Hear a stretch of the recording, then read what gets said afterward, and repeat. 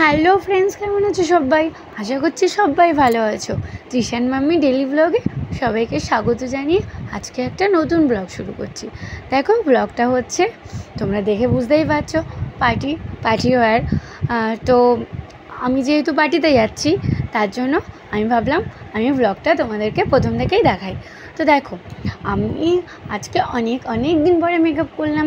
আর হ্যাঁ, এই মেকআপটা আমাকে করে দিয়েছে আমার আদরের ননদিনী। তো কেমন লাগছে তোমরা আমাকে অবশ্যই জানিও। আর এই শাড়িটা আমি আমার দাদার বিয়ের সময় দাদা আমাকে গিফট করেছিল। তো শাড়িটাও কেমন লাগছে তোমরা অবশ্যই জানিও। আর হ্যাঁ, দেখো, তোমাদের সঙ্গে কথা বলতে বলতে আমি চলে এলাম যেখানে আমি এসেছি আজকে। তো এটা হচ্ছে দ্য বেঙ্গল ক্লাব।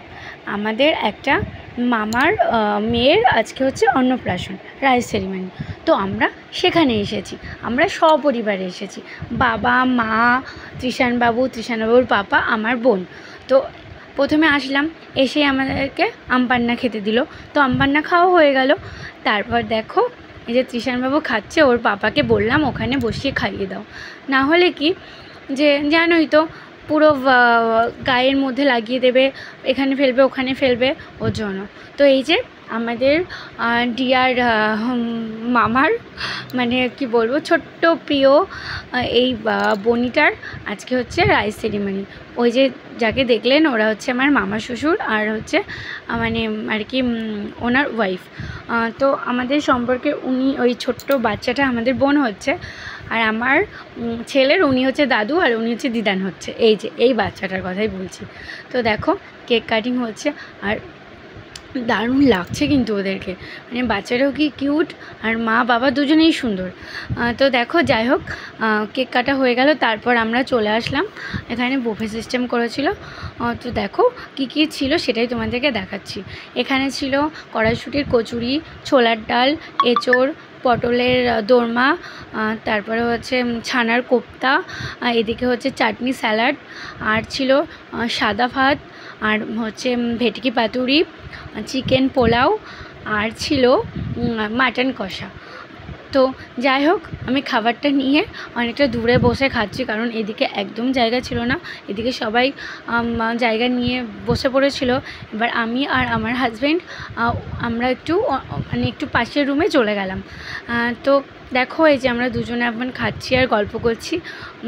তো কোনো অনুষ্ঠান বাড়িতে গেলে না, দুজন পাশাপাশি বসে না খেলে না মনটা ভালো লাগে না। ওকে আমি অনেকক্ষণ ধরে বলছিলাম যে তুমি বসে যাও, খেয়ে নাও, তো কিছুতেই বসলো না। তো আমি ছেলেকে খাওয়াতে প্রায় আমার 1 ঘন্টা লাগলো। তারপরে আমি নিজে খেতে বসলাম। তো যাই হোক, তারপরে আমরা দুজনে বসলাম।